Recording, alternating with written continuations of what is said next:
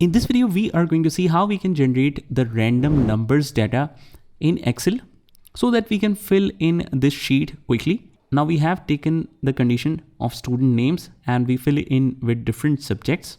But here's the problem. If we ask ChatGPT to do it, it will be a lot of numbers for them to manage.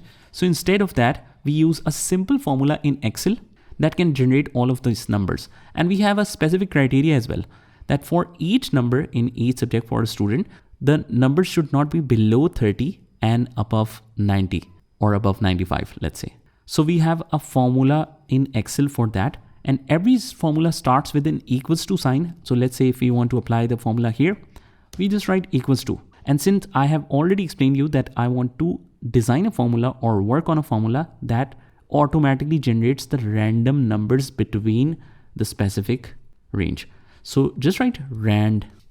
And as you can see, we have a lot of formula suggestions, but here's what works for us, which is RAND betweens. It also explains you that it generates the random numbers between the numbers that you specify. So if you want to use that, you don't need to write it completely. Just make sure that you are on this selection by moving the arrow keys and then press tab. It will automatically follow through it and it will even open the bracket. And not only that, it will suggest the further treatment as well. If you notice, this is called tooltip. This is the method of applying the formula. First of all, you need to select a bottom range or you need to write the bottom range. So I just asked it to generate a number that is not below 30.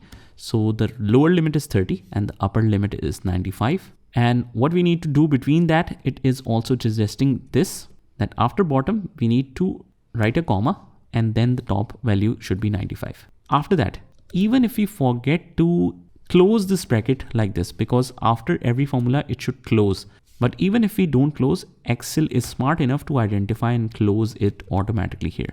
So if you want to see your formula, you just click on the cell and on the top, you have this formula bar where it automatically generates the number. What is the benefit of it?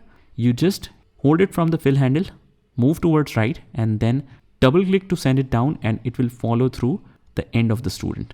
And all the numbers are now generated. So this is how you do it. Just try this by yourself and I'll see you in the next one.